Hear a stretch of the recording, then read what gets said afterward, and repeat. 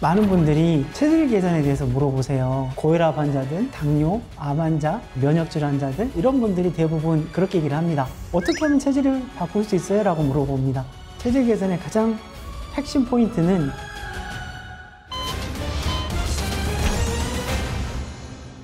안녕하세요. 건강이신 구독자 여러분, 17년차 자연치유를 연구하고 있는 1세대 자연치유연구사 한약학 박사 김민철입니다.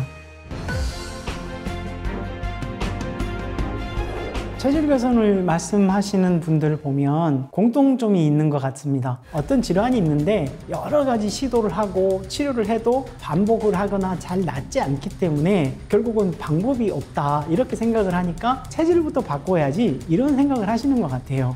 근데 제가 반문을 합니다. 개선이라는 게 뭐냐? 나쁜 거를 바꿔서 좋게 하는 거를 개선이라고 하죠. 그래서 반문을 하는 겁니다. 어떻게 해서 당신의 몸이 나빠졌다고 생각하느냐? 그 말이기도 하거든요. 그동안에 했던 나쁜 습관들이 있을 겁니다. 어떤 음식을 먹고 어떤 생활을 했느냐에 따라서 만성염증이라든지 면역 저하라든지 만성 피로라든지 이런 쪽의 어떤 질병으로 연계가 되는 거지 특별하게 내 체질이 문제가 있어서 개선을 해야 된다 이렇게 이해를 하거나 해석해서는 안 된다 이런 말씀을 드리는 겁니다. 우리가 먹는 걸 통해서 독소나 에너지를 얻는 거니까요. 물론 에너지는 쓰고 독소는 배설을 해야 될 겁니다. 그래서 저는 체질 개선의 가장 핵심 포인트는 장 건강이라고 생각을 해요. 독소가 우리 인체에 들어왔을 때 가장 먼저 분류를 해야 될 곳이 바로 장입니다. 장에서 나쁜 기운과 좋은 기운을 분류하는 것이 기본이겠죠. 피로 물질들도 거기서 분류가 충분히 돼야 정상적으로 대사를 했다고 생각을 하는 겁니다. 그런데 거기서 피로 물질이 충분하게 배설이 되지 않으면 결국 그 다음 단계인 간으로의 피로 물질이 이입되는 단계가 오죠. 그래서 간의 피로물질 때문에 피곤해진다. 그 말이 와전되면 간 때문이다. 이런 얘기도 하게 되는 거라고 생각을 합니다. 사람들은 간 때문에 피곤하다고 얘기를 하니까 그 피로물질이 어디서 와? 장에서 와요. 그래서 저는 디톡스 혹은 해독 그러면 반드시 장부터 생각해라.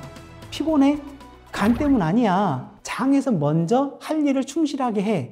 그러고 나면 간은 자연스럽게 회복할 수 있는 힘을 더 크게 얻을 것이다. 이렇게 설명을 하고 있는 거예요. 그래서 유산균이 좋아하는 섬유질을 충분하게 공급해 주는 것, 그리고 패스트푸드 같은 균이 싫어하는 것 말고 아주 친화적으로 균이 좋아하는 미네랄이 풍부한 음식을 드시는 것, 이런 행위들이 장 건강을 좋게 해줄 수 있다 생각합니다. 제가 체질 개선을 위해서 혹은 장 건강을 도움을 주기 위해서 추천해 드릴 식재료가 있는데요. 가장 먼저 추천해 드리고 싶은 게 조청입니다.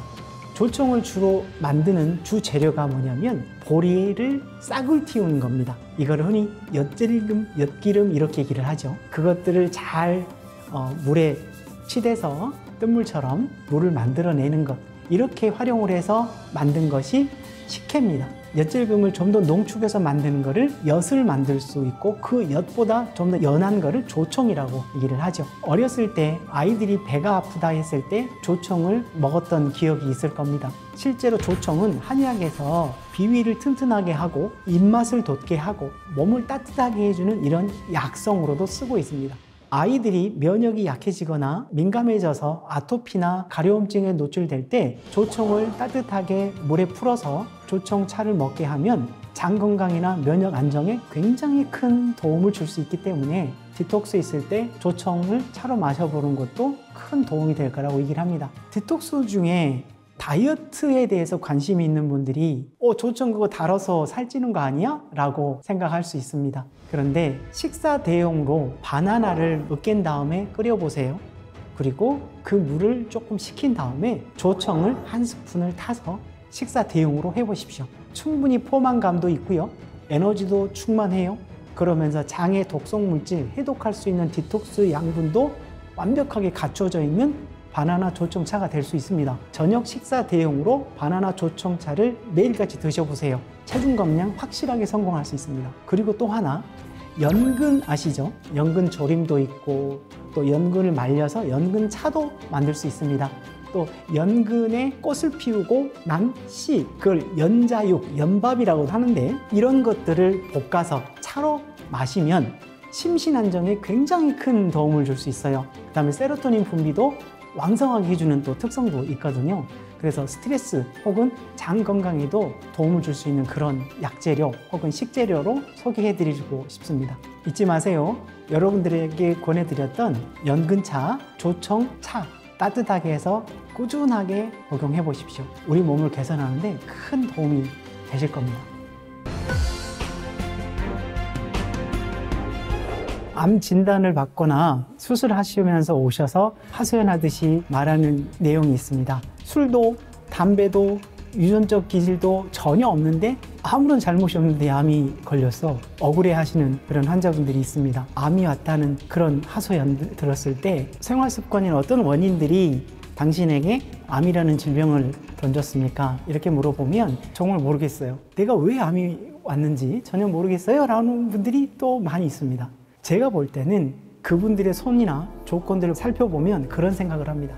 이분요, 정말 열심히 사는 분이세요. 누구보다 열심히 살아왔는데 암이라는 게 걸린 분들이 훨씬 더 많더란 얘기입니다. 그래서 제가 당신은 정말 열심히 살아서 암이 왔어요 라고 그 말씀을 드리면 자기도 모르게 눈물을 막 흘리는 분들이 있어요. 기본적으로 사람은 두 가지를 먹는다고 생각을 합니다. 하나는 음식을 입으로 먹는 것들이겠죠. 또 하나는 마음으로 먹는 겁니다. 즉 마음 먹기라고 표현을 합니다. 그래서 저는 뭔가를 먹으려고 하고 뭔가를 찾으려고 하기 전에 내 속에 있는 잠재됐던 그런 것들을 먼저 내리고 비워내는 것이 치료의 가장 기본이 된다, 그렇게 말씀을 드리기도 하지요. 시중에서 구할 수 있는 약재료 중에 우엉이 있습니다. 편안하게 마음 안정시켜줄 수 있는 재료들이 흔치 않은데 우엉 뿌리도 장 환경 개선에 중요한 역할을 해서 염증을 개선시키기도 하고 또 우엉 자체의 성분이 마음을 편안하게 해주는 효과를 많이 냅니다. 그래서 스트레스에 상당히 강한 효과를 발현할 수 있는 좋은 식재료가 될 수가 있겠습니다. 우엉이 반찬에 쓰는 이유가 식감도 식감이지만 우엉이 갖고 있는 효과, 장에 좋은 효과라든지 심신 안정 효과를 줄 수 있어서 마음이 많이 들뜬 아이들이 소풍 갈 때 우엉이 당근처럼 썰어서 들어가 있는 우엉 김밥 같은 걸 싸줘 보세요.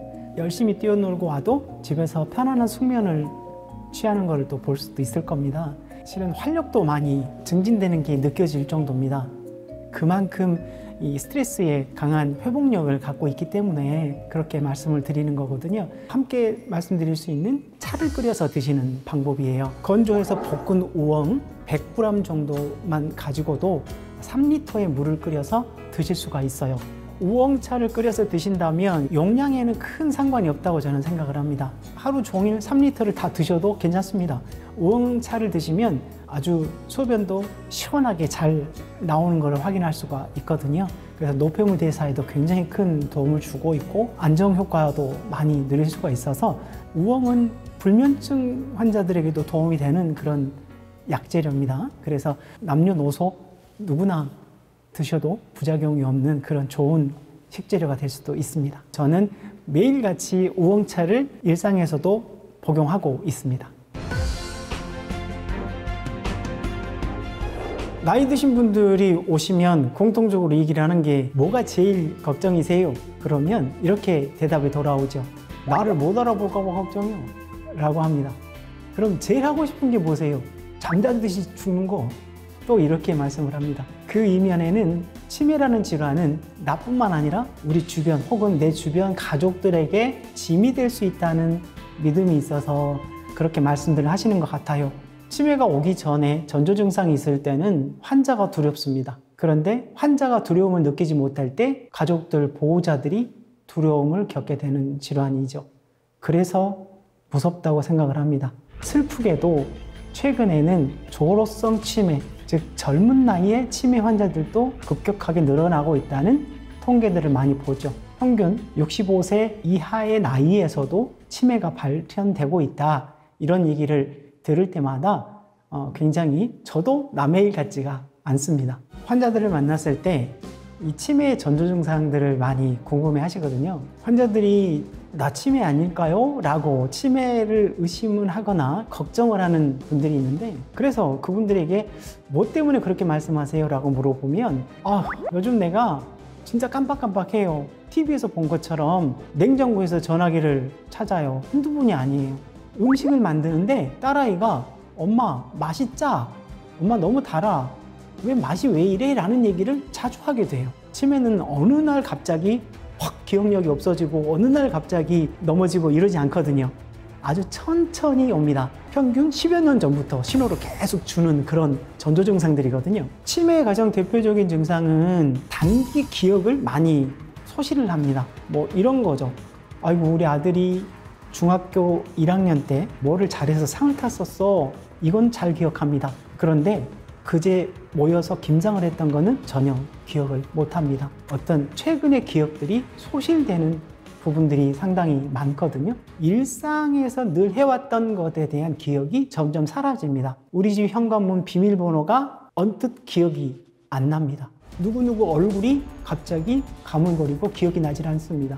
걷다가 갑자기 돌불이나 이런 것이 아니어도 그냥 중심을 잡지 못하고 넘어지거나 이런 부분들도 치매에서는 많이 볼 수가 있는데, 건망증에서는 볼 수 없는 증상들이기도 하거든요. 이게 좀 더 심해지면 어떤 행동 양식뿐만 아니라 의식에 대한 기준이 사라집니다. 자, 예를 들어서 내가 어디를 가야 돼.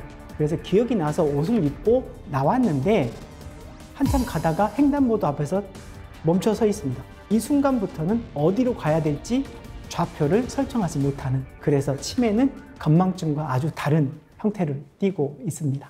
치매 전조 증상 중에 감정 기복도 생깁니다. 갑자기 화를 내거나 마치 여성분들 그 갱년기 느낌이 있었던 것처럼 갑자기 우울해지거나 이런 감정 기복도 심해지는 것도 치매 증상에서 전조 증상으로 많이 확인할 수가 있고, 치매 환자들이 실은 여러 가지 모양이 있습니다. 어떤 분은 화를 잘 내는 분도 있고, 어떤 분은 무서워서 이렇게 피하거나 숨으려고 하는 분들도 있어요. 또 어떤 분들은 그냥 즐거우세요. 다 그런데 치매라고 표현을 하거든요. 그리고 또 하나가 냄새를 맡는 것도 살짝 소실감을 느낍니다. 즉, 냄새를 덜 느낀다는 것은 맛을 느끼는 거에도 영향을 줄 수가 있거든요. 그래서 양념이 자꾸 짜지거나 매워지거나 혹은 단맛을 많이 첨가하게 되는 것도 전조 증상으로 많이 알려져 있습니다. 이런 모든 증상들을 공통적으로 일으킬 수 있는 조건들이 알츠하이머병을 관찰하다 보니까 뇌에 베타 아밀로이드라든지 타우라는 단백질이 있어요. 얘네들이 농도가 높아지거나 축적이 되면서 나타나는 현상으로 이해를 하고 있습니다. 이 단백질들은 기억력 형성이라든지 습관 형성에 방해하는 그런 물질로 알려져 있거든요. 뇌세포, 뇌 기억력에 영향을 줄 수 있는 것 중에 하나가 이 습관화를 억제시켜 버리거든요. 습관화라는 것은 내 몸을 효율적으로 돌릴 수 있도록 시스템적으로 안정된 상태를 얘기를 하기도 해요. 뇌가 모든 걸 컨트롤하고 지령을 하지는 않습니다. 그럼 뇌는 쓰러질 거예요. 그런데 대부분의 것들을 습관화로 지정을 해놨기 때문에 실제 뇌가 쓸 수 있는 건 한계가 있는 겁니다. 적은 용량으로도 쓸 수가 있어요. 그래서 여러분들에게 식생활 습관, 생활 습관, 이런 습관이라는 얘기를 하는 거죠. 무의식적으로 하게 하는 행위. 그런데 그거를 못하게 하는 것 중에 하나가 베타 아밀로이드, 타우라는 단백질들이 하는 것들이거든요. 그래서 꾸준하게 좋은 습관들을 유지하려고 하는 것, 그러면서 식습관을 개선하자. 이 얘기가 제가 드린 말씀이 아니란 얘기죠. 세계적으로 권고되고 있는 상황입니다. 미국에서도 그렇고 유럽에서도 그렇고 이러이러한 음식을 먹자, 이런 식단을 하자 권고하는 사항들이 있거든요. 여기에 정말 적합한 게 뭘까? 그래서 나온 게 대시 식단이라고 하는 게 있어요. 미국 고혈압 학회에서 환자들에게 권하는 식단이죠. 그 다음에 지중해식 식단도 많이 들어보셨을 겁니다. 올리브유, 생선 이런 것들이 대표되고 있는 것들이죠. 이 두 개 식단을 더해서 마인드 식단이라고도 나와요. 결국은 곡류부터 해서 야채, 과일을 먹자, 거기에 좋은 기름을 먹자인데 이거를 통합해 보면 저는 그렇게 말씀을 드릴 수가 있어요. 멀리서 찾을 거 없습니다. 이게 한식이거든요. 대시 식단이라든지 지중해식 식단이라든지 마인드 식단의 이 공통점들을 보면 통곡물을 이용하자는 겁니다. 현미라든지 콩이라든지 이런 것들이 혼합되어 있는 잡곡 형태를 통곡물이라고 할 수 있겠죠. 이런 통곡물들이 뭐 성분적으로 보면 뭐 가마 물질이라든지 이런 좋은 영양소들이 많이 들어있어서 그렇다 이렇게 얘기도 하지만 통곡물이 확실하게 우리 몸에 좋은 영향을 줄 수 있는 것 중에 하나가 장 환경 개선에 정말 좋은 영향을 줍니다. 행복 호르몬이라고 할 수 있는 세로토닌들을 분비를 촉진시키는 작용도 해요. 근데 세로토닌이 장에서 분비되는 이 활성 기전이 상당히 높거든요. 그래서 통곡물을 먹는다? 결국은 장 환경을 개선한다. 매일같이 잡곡을 드시고 또 콩으로 된 그런 음식들이 있습니다. 된장 혹은 청국장 이런 것들을 활용해서 국 요리도 드시고 밑반찬이라고 할 수 있는 콩조림, 멸치볶음 그런 거를 만들 때 뭐 호두, 땅콩, 아몬드 이런 견과류들을 좀 섞는 그런 반찬을 만들어 준다거나 이런 방법들을 활용해 보시는 게 어떨까 싶어요.